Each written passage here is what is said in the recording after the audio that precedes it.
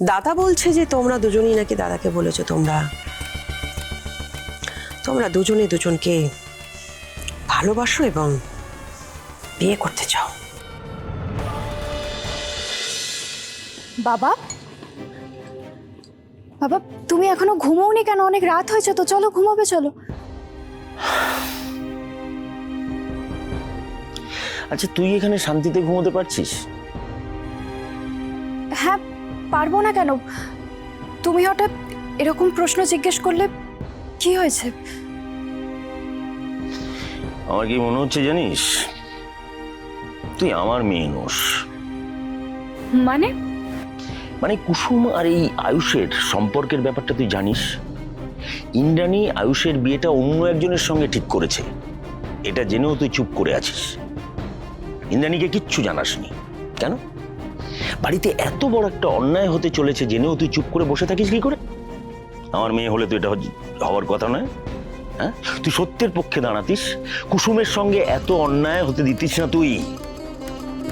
আমার কি সত্যি কিছু করার ছিল বাবা? সারা দুনিয়া জানে মনি ভাইদাকে নিয়ে কতটা পজিটিভ আর প্রোটেক্টিভ। বাড়ির বড় বউ কেমন হবে সেটা মনি আর ভগবানই জানে। মনি কত বছর ধরে সেটা মনে মনে ঠিক করে রেখেছে, আর সেই ধারণার সাথে কুসুম খাপ খায় না বাবা।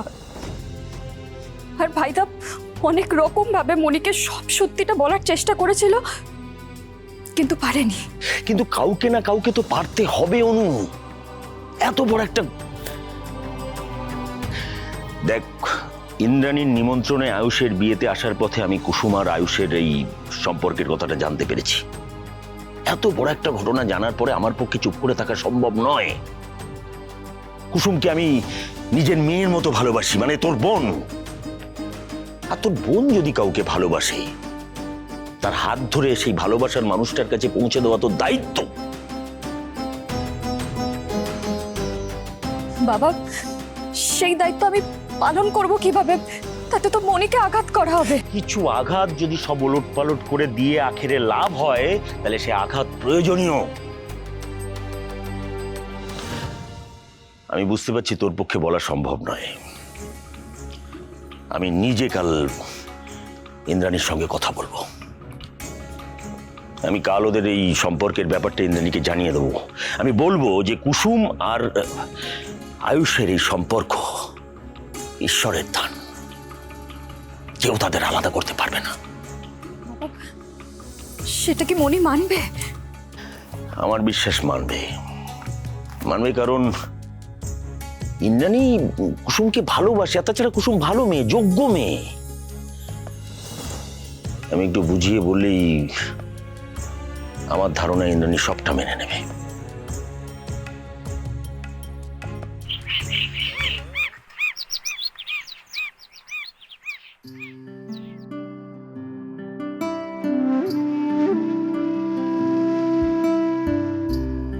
এই তো দাদা, এসো এসো, বসো। আমি তোমাকেই ডাকতে যাচ্ছিলাম, তোমাকে কতগুলো জিনিস দেখানোর আছে। দেখো দাদা, তুমি তো জানো যে আয়ুষের বিয়েটা আমার কাছে কতটা ইম্পর্টেন্ট। ওর বিয়ে, এনগেজমেন্ট, কোনো কিছুতে কোনো ত্রুটি রাখতে চাই না। এতদিন বাদে বেছে বেছে আয়ুষের জন্য যোগ্য একটা জীবন সঙ্গী পেয়েছি। অনুশ্রী তো আগেই আমার বাড়িটা আলো করেছে। এবারে ওরা দুজনে মিলে, মানে দুই বউতে মিলে আমার বাড়ির সুখ, শান্তি, আনন্দ সব দ্বিগুণ করবে আমি জানি। আয়ুষের কবে থেকে আমার বিয়ে দেওয়ার ইচ্ছে বলো, তুমি তো জানো। সেটা আমাকে খুঁজে পেয়ে না আমার সেই ইচ্ছেটা এবারে পূরণ করতে পারবো। কিন্তু বলো দাদা, কিছু বলবে? তা কিন্তু আমি জানি তুই খুব মন থেকে উৎসাহ নিয়ে এই বিয়েটার আয়োজন করেছিস।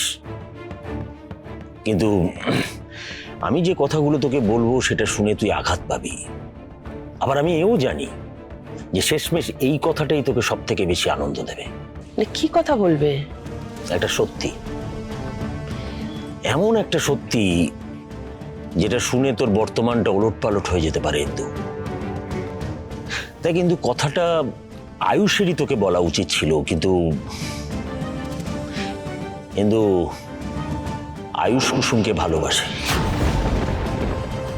আর কুসুমও আয়ুষকে প্রাণ দিয়ে ভালোবাসে। তা কিন্তু ওরা যখন স্বামী স্ত্রী সেজে আমার বাড়িতে ছিল, তখন একজন মানুষ ওদের সন্দেহ করতে পারেনি যে ওরা স্বামী স্ত্রী নয়।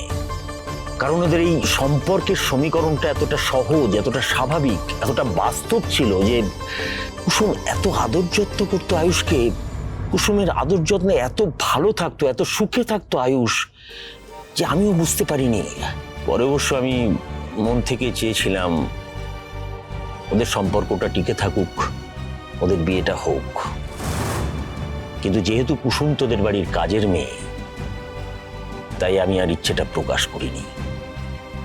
কিন্তু গতকাল যখন আমি আবার আসছিলাম, আমি এটা কিন্তু প্রমাণ পেয়েছি ওরা পরস্পরকে ভীষণ ভালোবাসে, ওরা বিয়ে করতে চায়। তাই দেখ, আমার মনে হয় ওদের পাশে থেকে আমাদের এই সম্পূর্ণভাবে ওদের সহযোগিতা করা উচিত, ওদের বিয়েটা দেওয়া উচিত। দেখ কিন্তু কুসুম এই বাড়ির বউ হওয়ার যোগ্য, সমস্ত গুণ আছে ওর। আয়ুষের সঙ্গে ওর নাম আগেও বহুবার জড়িয়েছে দাদা। তাই তোমার এই কথাগুলো শুনে আমি একটু অবাক হচ্ছি না। কিন্তু আমি আগেও বহুবার বলেছি, আরো একবার বলছি, তোমাকে বলছি যে আয়ুষ আর কুসুম ওরা দুজনে খুব ভালো বন্ধু, এর বাইরে কিছু না। ওদের বন্ধুত্ব দেখে তুমি অন্তত বাকিদের মতন ভুল বোঝো না দাদা। না ইন্দু, না, এ বিষয়ে আমার কোনো ভুল হয়নি ইন্দু। কারণ এটা আমার মন গড়া কথা নয়, আয়ুষ আর কুসুম নিজে মুখে আমাকে কথাটা বলেছে। আর আমি কথা দিয়েছি এ বিষয়ে তোর সঙ্গে কথা বলবো আমি। কি বললে তুমি? আয়ুষ আর কুসুম ওরা নিজেরা বলেছে তোমাকে? হ্যাঁ। পূজা,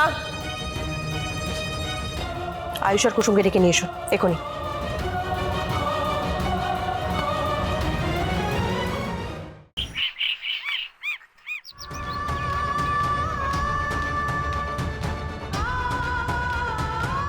মা আমাকে ডেকেছিলে?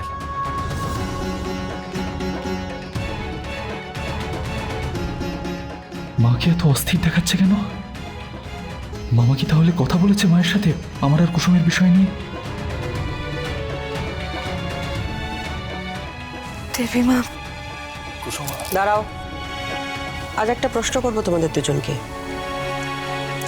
কিছু আড়াল না করে, ভনিতা না করে আমার প্রশ্নের সত্যি উত্তরটা চাই।